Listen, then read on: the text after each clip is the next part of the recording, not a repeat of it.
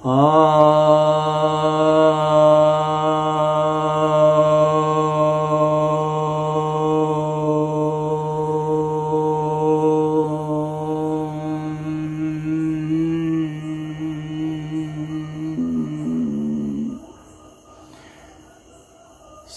भक्तजनों को सप्रेम नमः।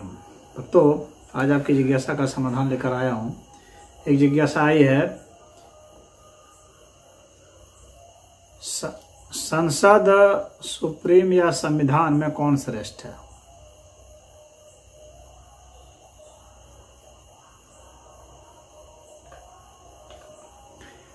संसद और सुप्रीम कोर्ट ये दोनों ही संविधान से ही अपना पावर ले रहे हैं। इनको कहीं और से पावर नहीं मिला हुआ है। तो जाहिर सी बात है कि संसद और सुप्रीम कोर्ट में तो जो टक्कर चल रही है, तो पहले तो संसद अपने को सुप्रीम मानता था कि मैं ही सुप्रीम हूँ, हम लोग जो चाहे सो कानून बना सकते हैं। तो इंदिरा गांधी के समय में केशवानंद भारती केस हुआ था, जिसमें कि नानी पालकी वाला ने केशवानंद भारती की तरफ से केस लड़ा था और 13 जजों की कमेटी बनी थी। इसमें 7-6 से फैसला हुआ था और फैसला यही हुआ था कि संसद तो कोई भी कानून बनाने के लिए समर्थ है, लेकिन कानून लागू होगा कि नहीं होगा, मान्य होगा कि नहीं होगा, इसकी समीक्षा करने का अधिकार सुप्रीम कोर्ट को है। अर्थात सुप्रीम कोर्ट ने समीक्षा का अधिकार अपने पास रखा कि संसद जो है संविधान के मूल ढांचे में परिवर्तन नहीं कर सकता, और किया है या नहीं किया है इसकी परिभाषा व्याख्या सुप्रीम कोर्ट ही कर सकता है। यानी न्यायालय ही कर सकता है, न्यायपालिका ही करेगी। तो कार्यपालिका तो कानून बना सकती है, लेकिन कानून सही है या नहीं है, मान्य है या नहीं है, इसका निर्णय न्यायपालिका करेगी।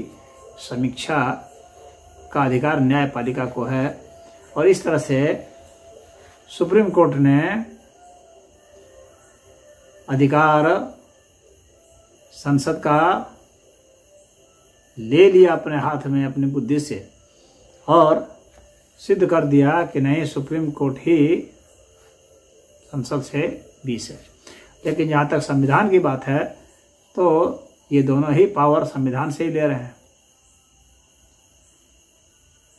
लेकिन संविधान में यह तो कहीं नहीं लिखा है कि सुप्रीम कोर्ट सुप्रीम है, लेकिन सुप्रीम कोर्ट ने संविधान का अतिक्रमण करके, संविधान की ही दुहाई दे करके संविधान से पावर ले लिया और स्वयं सुप्रीम बन गया।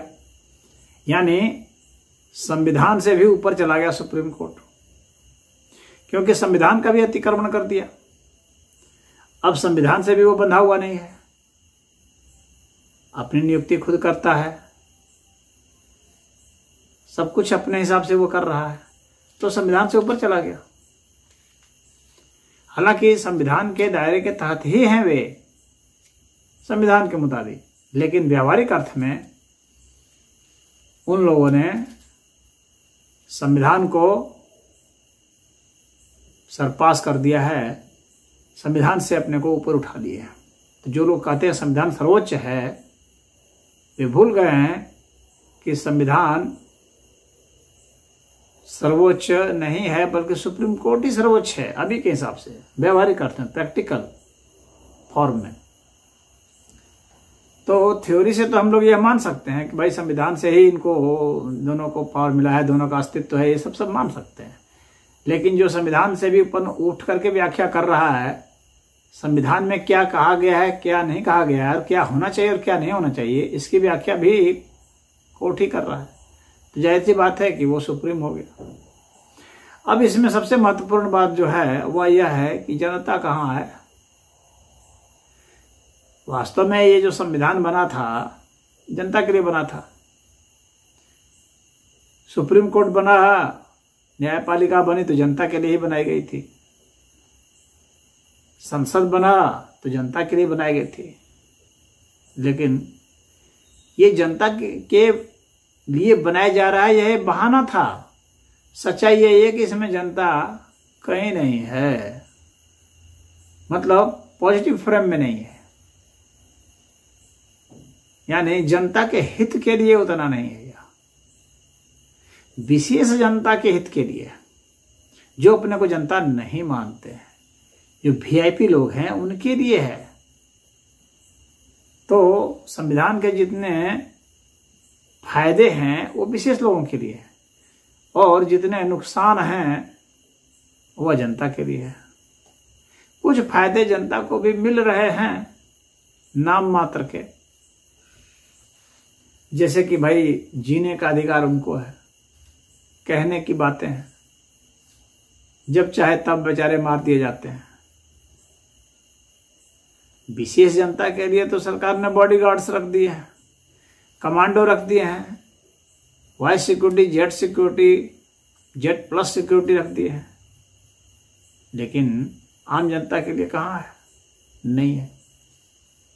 तो फिर जीने का अधिकार कहाँ रह गया? जीने का अधिकार तो विशेष लोगों के लिए रह गया। तो यहाँ कुछ भी जीने का अधिकार नहीं है। एक एक अधिकार की बात करें, संपत्ति का अधिकार था वो भी खत्म हो गया इंदिरा गांधी के समय से ही। संपत्ति का अधिकार भी खत्म कर दिया गया, जीने का अधिकार का भी हाल देख ही लीजिए।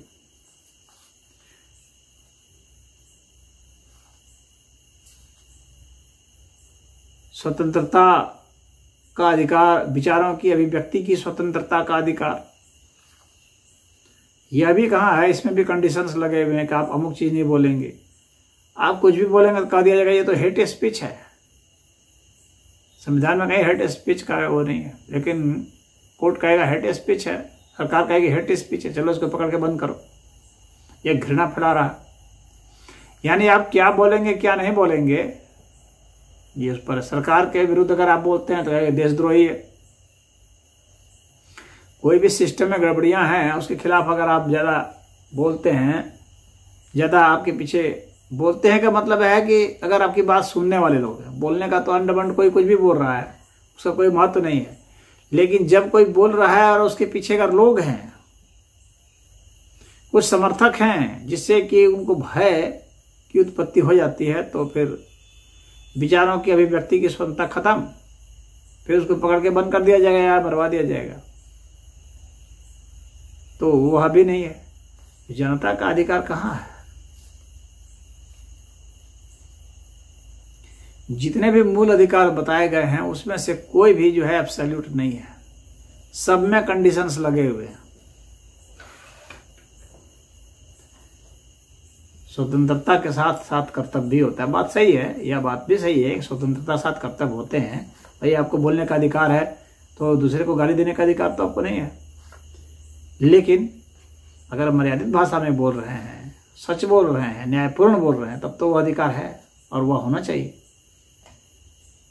लेकिन उस पर भी पाबंदी है,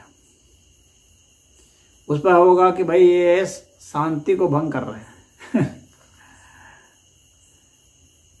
कहने का मतलब है कि जनता अपने अधिकार के लिए एक सीमा तक ही आवाज उठा सकती है, लड़ सकती है।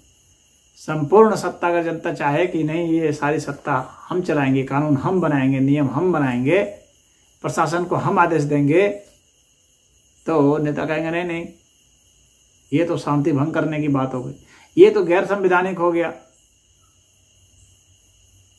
लेकिन जरूरत उसी की है, और जनता को इस तरह से अपने को एकजुट करना होगा जिससे कि उनके अधिकार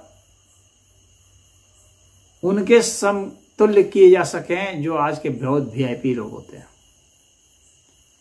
और जब तक वह नहीं होगा तब तक जो है श्रेष्ठता की बात जो है या तो सिर्फ वीआईपी लोगों के लिए है, संसद श्रेष्ठ हो या सुप्रीम कोर्ट संसद हो, है तो सारे वीआईपी ही आ रहे। संसद में भी वीआईपी ही जा रहे हैं, सुप्रीम कोर्ट में भी वीआईपी ही है। तो वो इसमें जो है सुप्रीम कोर्ट और संसद क्या है, इसमें वीआईपी जो है वे ही लोग श्रेष्ठ हैं। इसमें आम आदमी नहीं है कहीं भी, पूरे सीन में कहीं भी आम आदमी नहीं है। तो संसद और सुप्रीम कोर्ट या संविधान की जो बात पूछी गई है कि इसमें कौन श्रेष्ठ है, तो इसमें वीआईपी श्रेष्ठ है। सब वीआईपी लोग ही हैं, आम जनता तो कहीं नहीं है। आम जनता को श्रेष्ठ बनाना है। जिस दिन आम जनता श्रेष्ठ होगी, आम जनता के अनुसार आम जनता संविधान बनाएगी, आम जनता संविधान संशोधित करेगी, आम जनता कानून बनाएगी, आम जनता कानून पारित करेगी, आम जनता लागू करवाएगी, उस दिन ही माना जाएगा वास्तव में कि हम लोग अब लोकतंत्र में प्रवेश किए हैं। आम जनता की श्रेष्ठता की बात होनी चाहिए। संसद और सुप्रीम कोर्ट या संविधान की श्रेष्ठता की बात नहीं होनी चाहिए, जनता की श्रेष्ठता की बात होनी चाहिए। और इसके लिए जन आंदोलन की जरूरत है। और हम लोग, विज्ञान का विकास इतना हो चुका है कि हम लोग इस बात को लागू कर सकते हैं। मोबाइल और कंप्यूटर के जरिए संविधान बनाए जा सकते हैं, कानून बनाए जा सकते हैं, कानून रद्द किए जा सकते हैं, कानून में बदलाव किया जा सकता है, अधिकारियों को आदेश दिए जा सकते हैं और नेताओं से छुटकारा भी पा सकते हैं। जनता जब सीधे कानून बनाएगी, नेताओं की कौन जरूरत है भला। तो ये किए जा सकते हैं। और इसके मध्य में भाई पार्लियामेंट से कोई भी कानून पास हुआ, उस कानून को अब सुप्रीम कोर्ट देखती है कि संविधान के अनुसार है कि नहीं। लेकिन यह भी तो देखना जरूरी है कि वह जनता के अनुसार है कि नहीं, संविधान के अनुसार है कि नहीं, यह तो देखा जा रहा है। जनता के अनुसार से है कि नहीं, जनता के हित का है कि नहीं, वो भी तो देखना चाहिए। तो जनता से भी पास कराइए ना। तो जो पार्लियामेंट से कानून पास होता है या जो असेंबली से कानून पास होता है राज्यों में, उसको जनता से भी पास कराया जाना चाहिए। आवाज यही उठानी चाहिए, आप लोगों को यही आवाज उठानी चाहिए। आप चाहे जिस भी दल के समर्थक हैं, आपको अपने दल में यही आवाज उठानी चाहिए कि जो भी कानून पास होगा पार्लियामेंट में या जो असेंबली है अलग अलग स्टेट की, तो उसमें से जो भी कानून के प्रस्ताव पारित होते हैं उसको जनता के द्वारा भी पारित होना चाहिए। सिर्फ सुप्रीम कोर्ट से पारित हो जाना काफी नहीं है और असेंबली से पास हो जाना काफी नहीं है, क्योंकि अंततः वह कानून जनता पर ही लागू होगा। तो जनता उस पर मुहर लगाएगी या नहीं लगाएगी, जनता से राय ली जानी चाहिए। और राय जो है वो कंप्यूटर के जरिए, स्मार्टफोन के जरिए लिए जा सकते हैं। और अगर उसका जो बहुमत है वही मान्य होना चाहिए। सुप्रीम कोर्ट उस चीज को देखे कि जनता ने भी इसको पास कर दिया है, तो पार्लियामेंट ने भी पास कर दिया, जनता ने भी पास कर दिया, तब सुप्रीम कोर्ट फिर उसको देख करके उसको पास करे। तो यह तरीका जो है वह सही रहेगा। हरिओम।